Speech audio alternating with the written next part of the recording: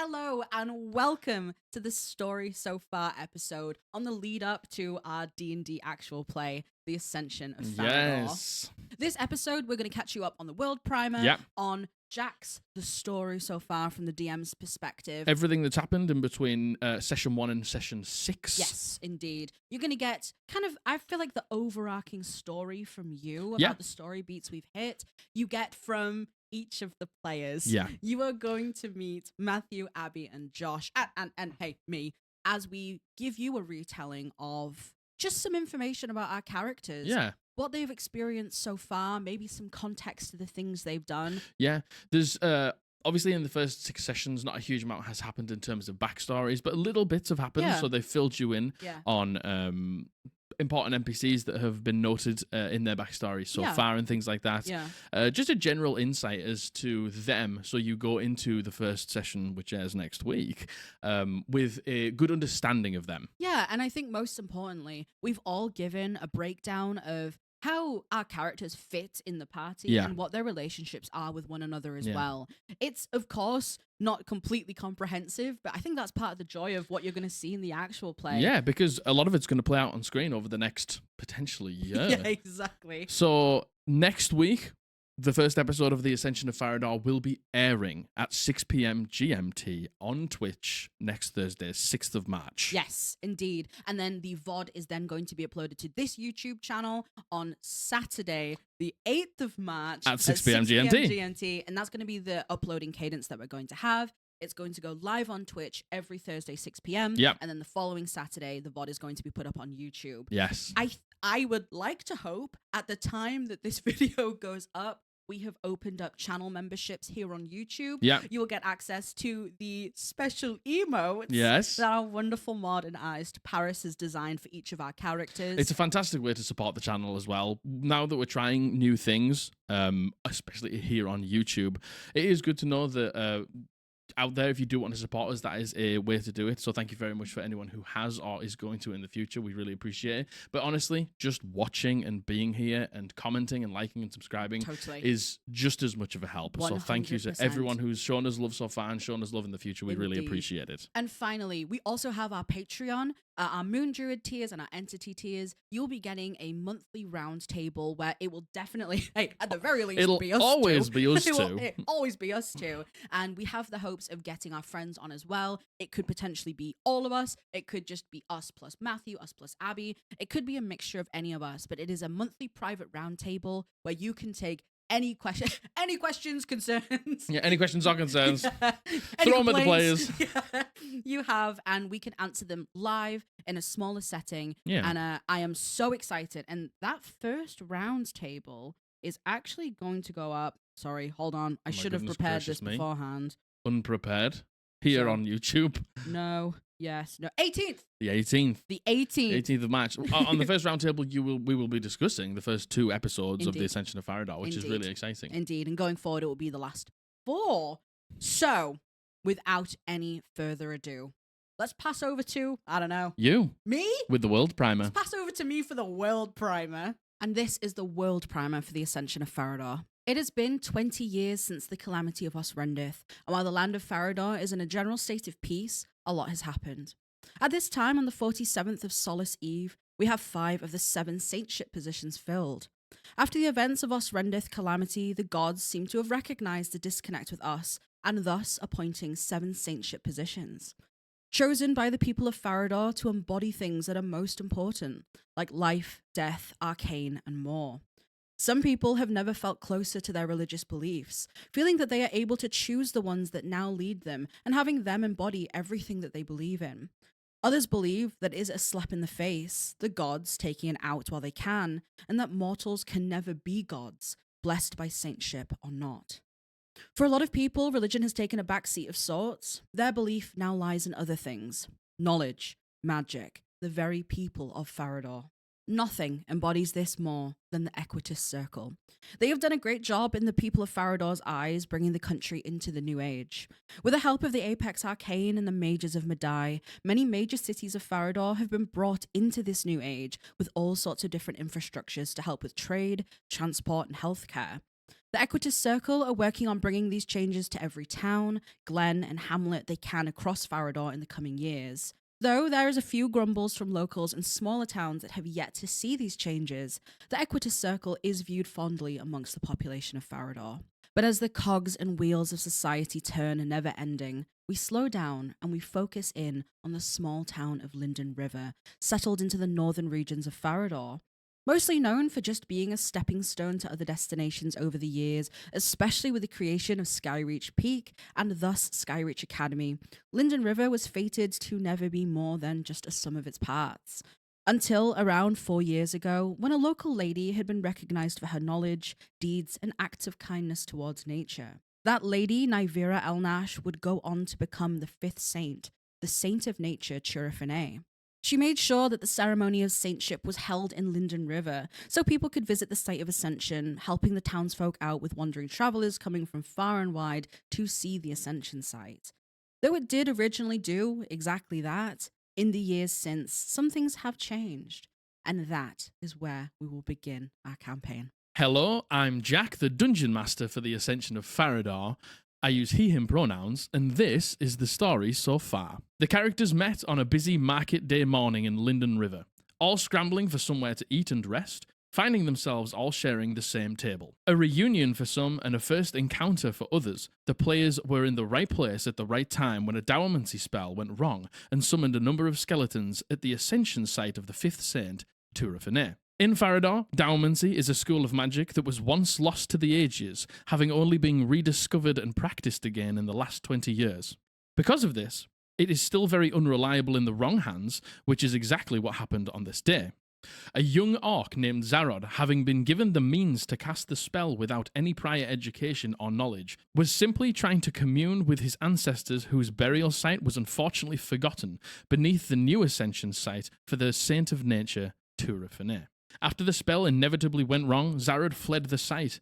The party followed him, finding him in a house in the woods and eavesdropped on his conversation with a goblin wizard, the very one who gave him the spell in the first place. It was clearly a mistake, an unintentional side effect from the spell going wrong. Whilst the party let him know his dabblings with magic was foolish, they understood and ultimately nobody was hurt. They never had any intentions of turning him or the goblin in. Later, the party headed to the tavern for a well-deserved drink. There, they were introduced to the Blue Masks, who were doing their weekly rounds to collect Ineos's taxes from the owner, Beldani, as well as from the other establishments in Linden River.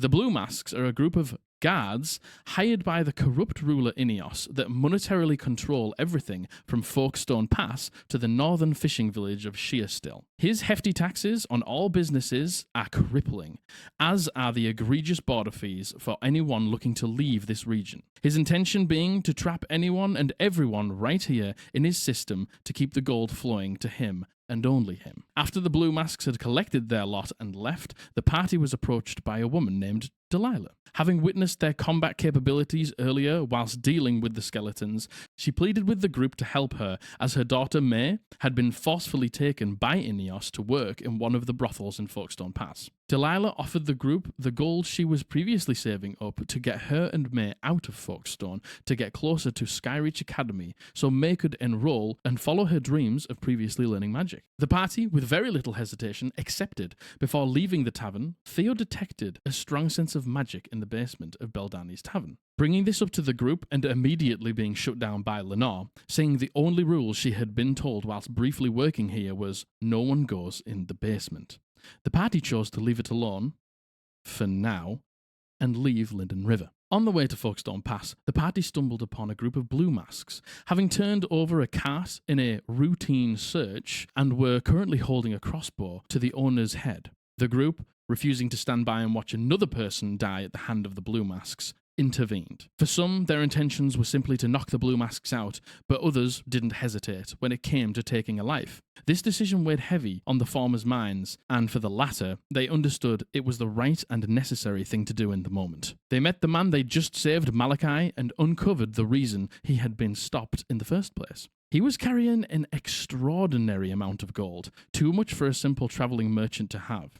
He was cautious to tell the party the full picture, but with some charm and insight, he revealed that he was collecting money for a local orphanage, and it was imperative the Blue Masks didn't know. There was a second layer of information. It was true, the money was going to the orphans, but to simply smuggle them out of Folkestone rather than keep them in, and this was indeed a very secretive operation. The party learned that when young adults in the orphanage reach a certain age, they are forced into the system of blue masks. Malachi and his associates know that this is on the immediate horizon for some of the kids, and are trying to get them out ASAP. They're capable of doing this, and have done this before with the help of an inside contact in the blue masks, a man named Corin, who sadly suffered the same fate currently looming over these kids. He too, along with his brother Simon, was an orphan under Malachi's care. However, Malachi seems unsure that Corin will come through for them this time, as it is 4 people needing to be smuggled, as opposed to the usual 1. The party suggests Malachi sets up a meeting with themselves and Corin, as they too need to get May out of Folkestone, and they could all possibly benefit from one another's help. After a tense but successful meeting with Corin, it is agreed that the party will help get the kids out, and he will help them infiltrate Ineos' tower, where May is currently being held. The party spends some time in Folkestone Pass, meeting people, talking and truly understanding how cruel and oppressive Ineos' control is. They come to the conclusion that Ineos must be dethroned one way or another. Corin notes that the town is on a knife's edge, the people despising Ineos so much he doubts anyone would object to this. Over the course of the next evening, the mission is successful to smuggle the kids out of Folkestone. We learn that Corin's brother, Simon, is also helping with the operation, being the contact on the outside of Folkestone, who the kids get passed over to once free. With no time to spare, the very next evening, the party, along with Corin's help, set their plans in motion to get into Ineos' tower. They succeeded, choosing to spare Ineos' life directly and instead presenting him to the very people of Folkestone Pass to decide his judgment for themselves. After years of oppression at his hand, the people of Folkestone Pass sealed Ineos' fate, killing him and throwing his body over the outer gates, never to pass into Folkestone again. With brighter prospects and a palpable sense of hope for the future, the people of Folkestone allowed the party to keep a portion of the hoarded riches found within Ineos' tower that the group uncovered after the fact. Along with these riches, a few other items were uncovered. Firstly, a letter thanking Ineos for opening his account with them and for his large initial deposit. The letter was notably signed off with the insignia of a winged golden coin, the initial CC engraved upon its face. Secondly, and much to the party's surprise, a small bronze lamp containing a genie, who introduced himself as Borunzia the Bronze.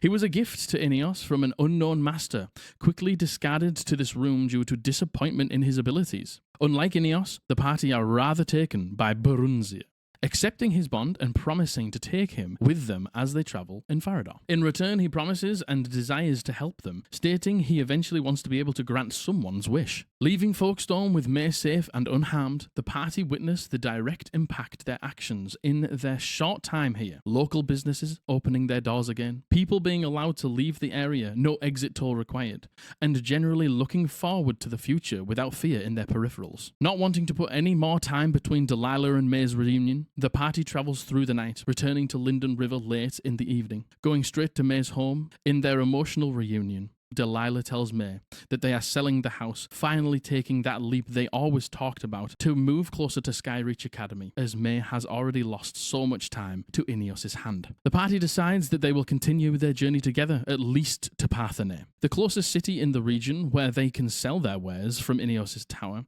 and stock up on magical items. Before leaving, the conversation about Beldani's basement comes up once again. Desperate to find out, the party form a ruse to convince Beldani to allow them to stay in the tavern overnight, with the intention of sneaking in. Somehow, Beldani accepts, and the group took their chance once alone. Notably in this conversation, Silence noticed that when talking about Ineos' demise, Beldani didn't seem as pleased as they would have expected. Silence and Lenore kept watch whilst Theo and Ranga investigated the basement.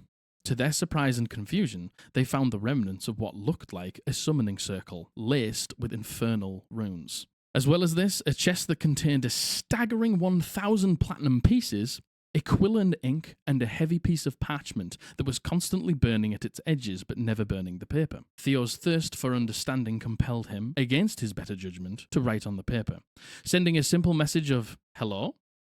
Astonishingly, he received a message back in Infernal, revealing that Beldani had been communicating with whoever this was, having made a bargain that had since been completed.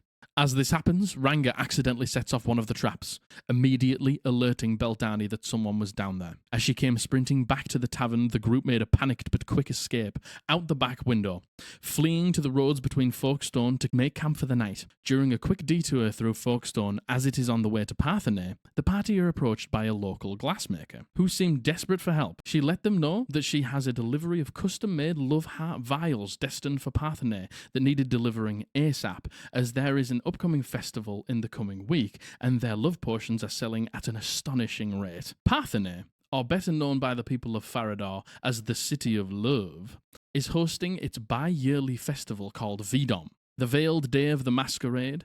She offers the party 100 gold to take the vials to the awaiting resplendent remedies in Parthenay, an alchemist shop run by Hondel, who will in turn give the party the other half of the pay upon delivery. Considering they were already heading that way, this job seemed like a no-brainer, and they happily agreed. Hi, I'm Mags. I use she, her pronouns, and I play Lenore in the Ascension of Farrahdor. And this is her story so far. This past week has been interesting for Lenore. A mixture of emotions, excitement, confusion, frustration, even longing. But most of all, the beginnings of a purpose. Or maybe just another distraction. Either will do for right now. At face value, Lenore is an incredibly confident, flirty, all-round people person. Dancing barefoot in the sand around a roaring campfire at midnight, surrounded by friends, drinks, and music, truly is her natural habitat. She's silver-tongued and quick-witted with a sarcastic, dry sense of humor to match. She seemingly has a strong grasp on her self-identity, having stated boldly to the party that she is the wielder of her own fate, the keeper of her own destiny and decisions, and no man, God, nor anything else decides for her, only herself. However, there is another side to her, one that not even the party outside of Theo when they were younger have come to know yet. Quiet, somber, reflective, alone. The very few evenings she has had to spend alone so far in the campaign have been hard for her, often resorting to muffled sobs whilst attempting to sleep, too scared to even glance into that looming, dark corner of the room. As a child, Lenore's life was cut short, her soul magically bound to the in-between of life and death. Her mother, Blythe, was able to pull Lenore's soul back from this limbo, but it wasn't without consequence.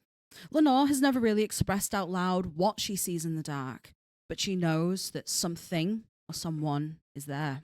And it's not the same as the gentle ghost of May's father that she witnessed following Delilah home, nor the comforted spirit of Old Man Jempkins settling into his favourite chair in his family shop. And sadly, not the warm, familiar echo of her father, Gale. But just in case, sometimes she'll reach out and simply knock, knowing in the times when she is the most alone, at least someone will answer.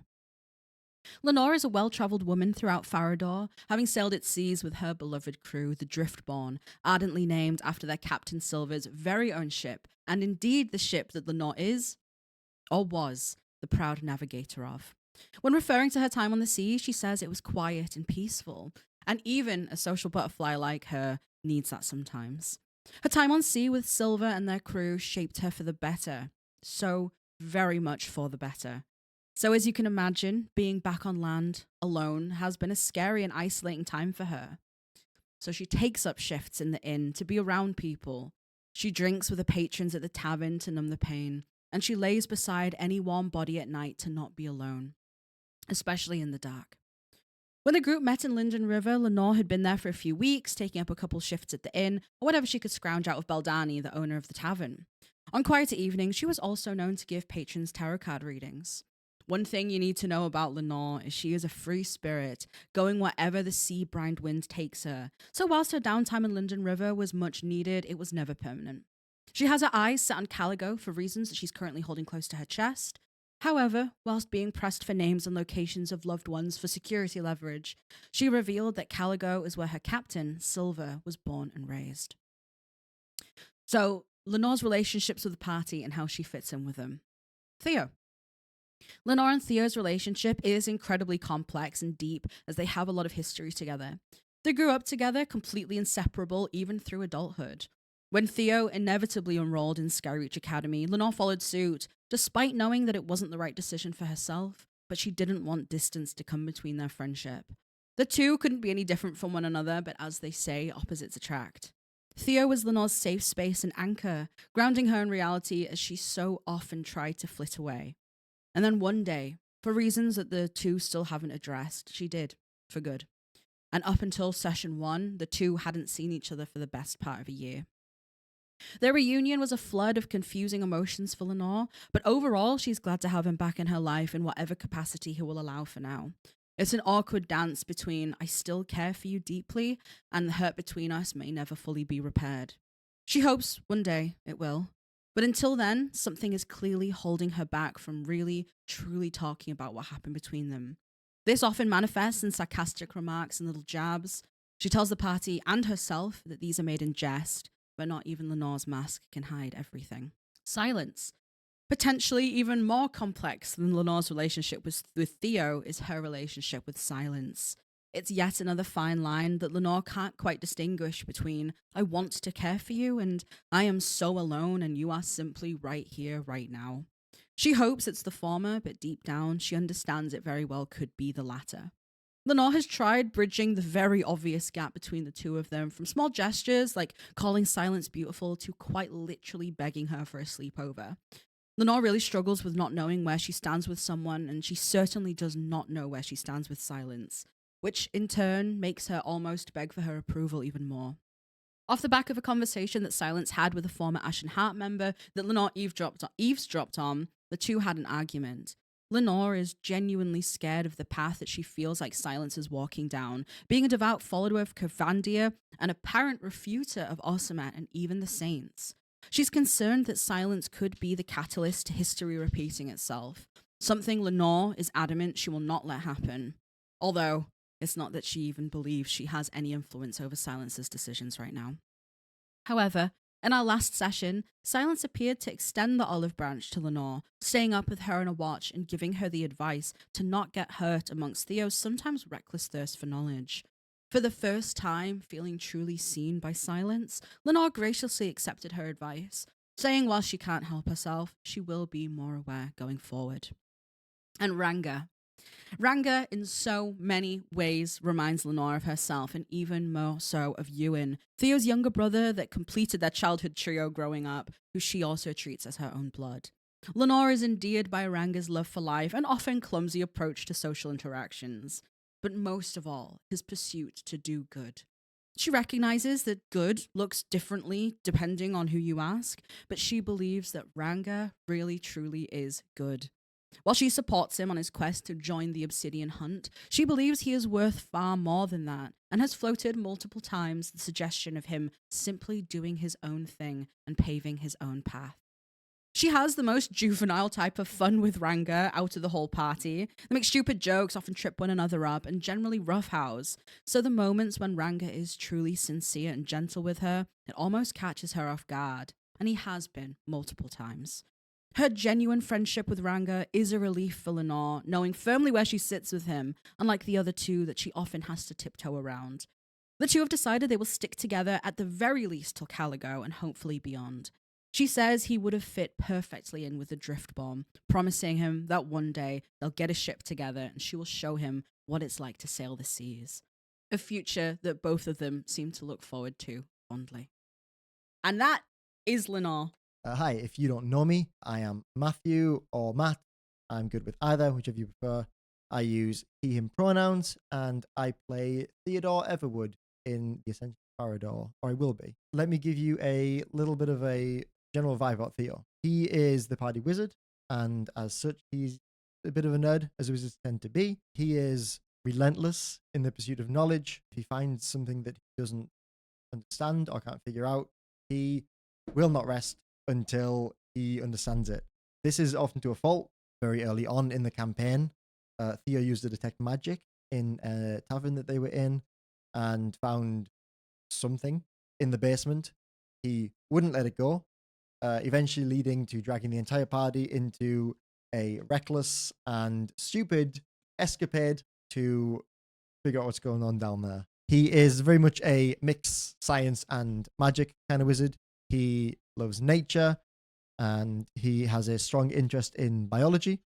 He has loads of sketchbooks and notebooks filled with sketches of fungi, of plants, and biological, anatomical drawings of insects and animals and even some humanoids. There have been a couple of points when he's made a point after a fight to go over to the person or creature we've killed and investigate the corpse in order to sketch exactly how they died from a medical sense, not just killed by an arrow, but more the arrow pierced this artery or this vein, and that's what ruptured and killed the person. He's very interested in that kind of side of things. But he's also very much the kind of guy who will spend an entire sleepless night in a dusty old library with an old, crusty spellbook just to figure out what's going on there. He has developed his own runic alphabet, which he transcribes all of his spells in, and he has tattoos all up his arms written in this runic alphabet because he uses his skin as an extension of his spellbook, and they'll glow as he casts his spells. In the run-up to where we started the campaign, Theo had been traveling for a week or so. He basically visited all of the little villages and towns between Skyreach Academy, which is where he went to university at, and Linden River, which is where we started the campaign at.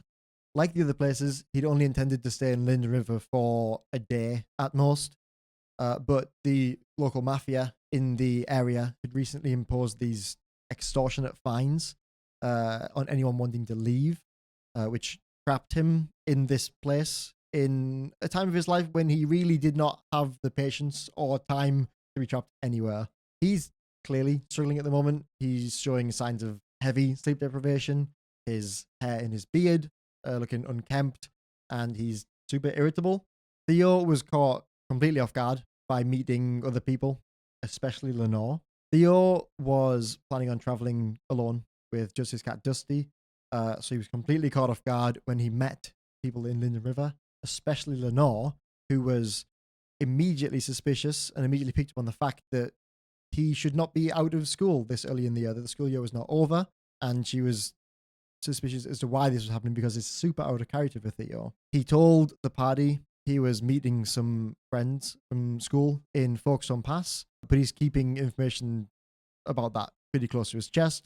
When we visited Folkestone Pass, though, it seems those friends had moved on.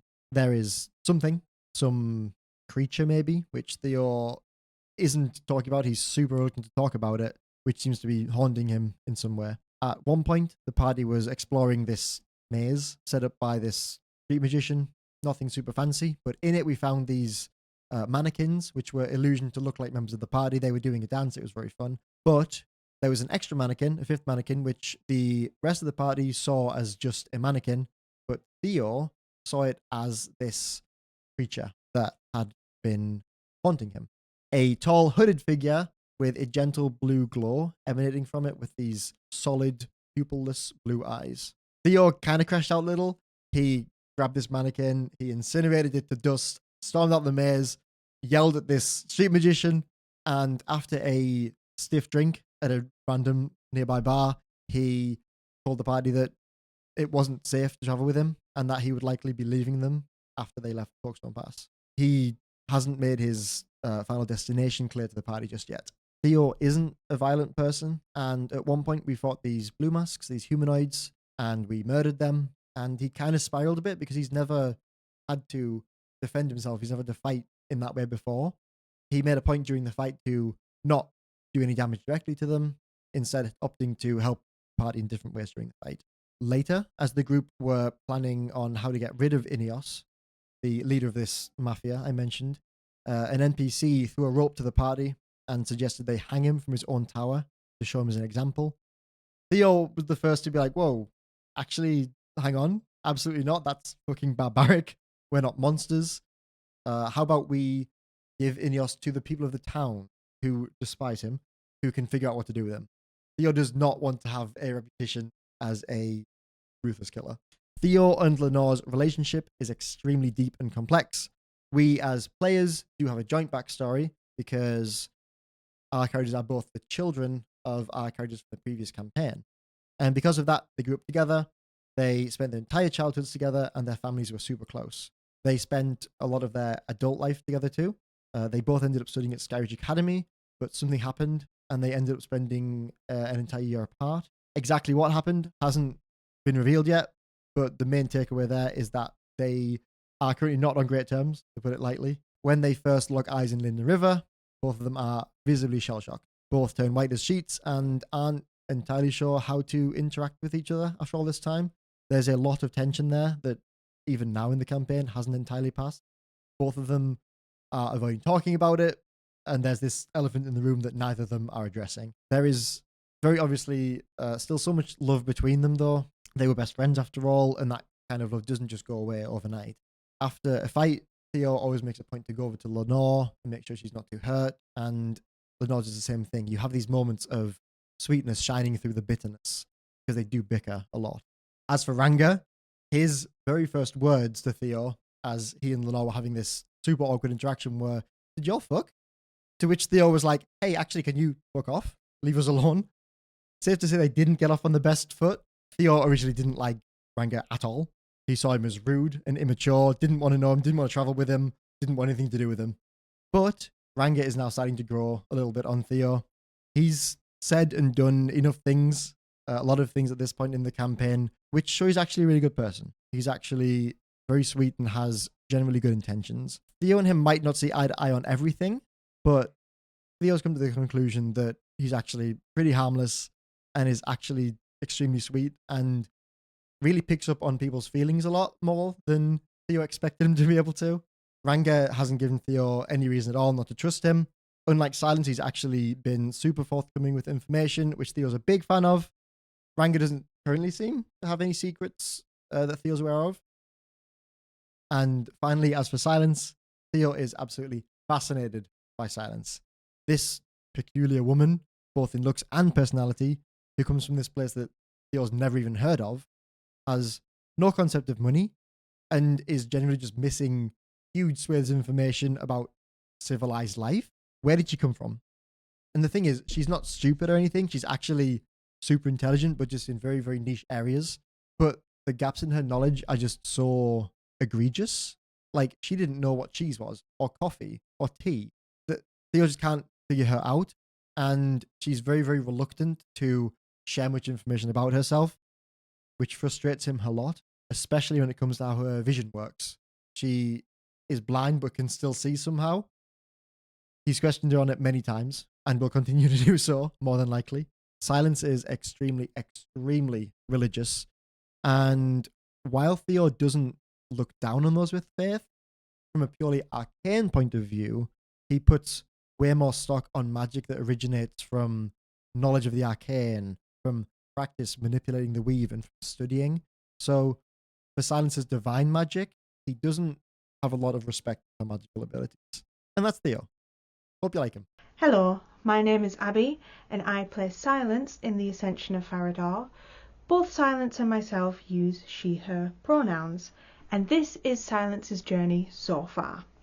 After months spent foraging and hunting in the wilds around the Sky Reach mountain peak, Silence was forced into the town of Linden River due to a lack of salt and herbs. Initially, she had no interest in engaging with the group that she had found herself sitting among at the market, but thanks to Lenore spilling a drink down her back, she was begrudgingly initiated into the merry crew.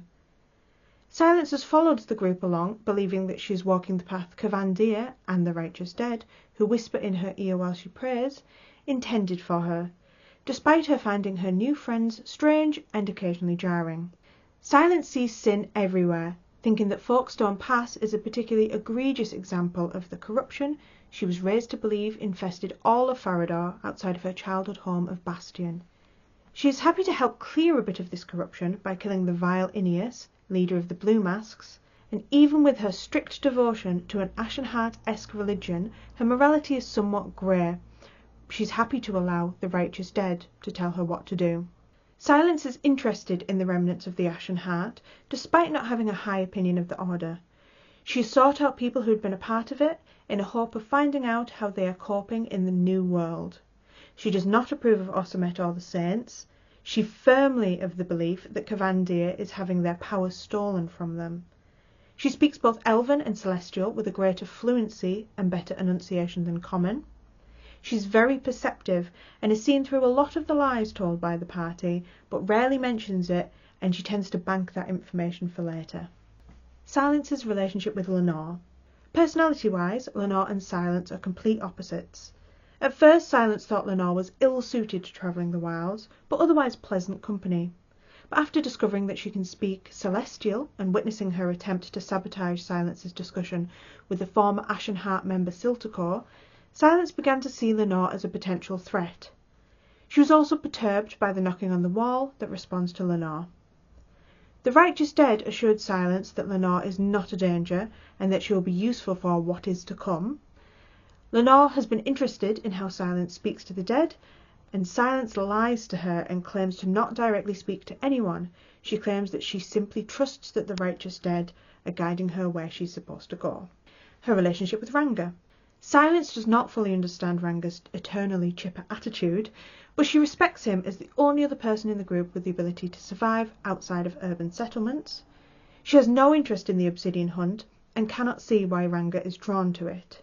After seeing Ranga leave the brothel with the prostitutes cheering him on, Silence quickly deduced that the whole situation was a lie, and she sometimes likes to bring that up to tease him, which is one of her first attempts at a joke. Silence's relationship with Theo. Silence always thought that Theo was a bit of a harmless know-it-all. Silence doesn't have a great deal of respect for wizards and sees Theo's relentless pursuit of knowledge as pointless. She also doesn't understand why he is so interested in her and asks her so many questions. But she did not see any malicious intent behind it. The Righteous Dead told Silence that Theo is dangerous and to keep an eye on him, and since then Silence has made small efforts to get in between him and Lenore. Hi everyone, my name is Josh and I use he/him pronouns, and I will be playing Ranga in the Ascension of Farrahdor. So Ranga is very rambunctious. Yeah, he loves life. He's very, very happy. He loves to just try and play with people, mess around, and I think really that's just kind of one of the ways that he shows affection. People may think he's just joking and not really taking anything seriously, but deep down he does care, and along the way he's tried to take a bit of time to talk with each person in the group one-to-one, just to make sure that they know he cares and he wants to know about them and make sure that they're feeling happy and not too depressed. But when it comes down to it, he will get serious, and especially when it comes to people getting in harm's way, and he doesn't like to see people being treated unfairly. Ranga first encountered everyone after he'd been mindlessly strolling around the wilderness and the countryside, just living off the land and just doing his own thing. He actually came upon Lind River completely by accident. He didn't even know he was trying to go there. When he first joined together with Theo, Lenore and Silence, the town was attacked by skeletons, and they all joined in to try and defend it. While tracking down the person responsible for the attack, Ranga decided to talk to Lenore and ask if she was intentionally trying to hurt Theo's feelings or not, and after finding out she wasn't, he felt a great relief. After finding out the attack wasn't malicious, Ranga began to feel sorry for the person that caused the attack and wanted to try and ease his conscience by telling him to make amends and say sorry in his own way, since it wasn't up to us to judge him. After things had calmed down, Ranga eventually told the group that he was from a place called the Rupert Isle in the southeast of the continent. Theo had heard this place, and it's where the obsidian hunt was first founded. Ranga told the group he was trying to make a name for himself out in the world so that one day he could hopefully join the obsidian hunt. With Silence not knowing much about towns and cities or even money, Ranga decided to try and help explaining things, since these things were pretty new to him as well, trying to show how money could be used for goods and services instead of having to get it all herself. Lenore said that she was trying to travel to Caligor, and Ranga decided he would join her in hopes of finding one of the obsidian hunt bases of operations and try and get in contact with them. After being asked to save a woman's daughter from the leader of the Blue Masks and finding out the things he'd done to her and many others in the area, Ranga felt strongly about doing the right thing and wanted to try and help people get rid of someone ruling with tyranny, and convinced everyone else it was just the right thing to do. After we had been in the tavern and Theo had found out about some magic underneath it, Ranga climbed out of his window at night and decided to wait outside of the inn, but Theo never came. Theo had noticed, though, through Dusty's eyes, that Ranga had been waiting outside and confronted him, obviously thinking it was a bit weird. And Ranga was just like, I was waiting for you. I thought you wanted to go see the magic. So thankfully, hopefully that'll have eased any suspicions that he had. And on the way to save the woman's daughter, we ran into a group of Blue Masks that were about to execute someone. While the Blue Masks were shouting at us to move away and just ignore it, Ranga felt rage welling up inside him as he saw what they were about to do, and Lenore, at the same time, pointed her gun right at them, and Ranga felt really happy that she did this because she just acted exactly how he was going to do it.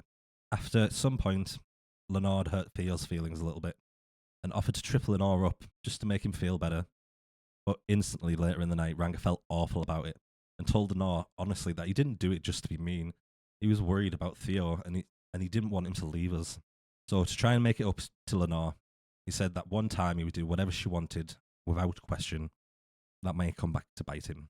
And off they went, leaving this part of Farrahdor in a better place than when they arrived, with a simple quest in hand. What else will they face? What else will they find? And who else will they meet? Find out next week in the first episode of The Ascension of Farrahdor.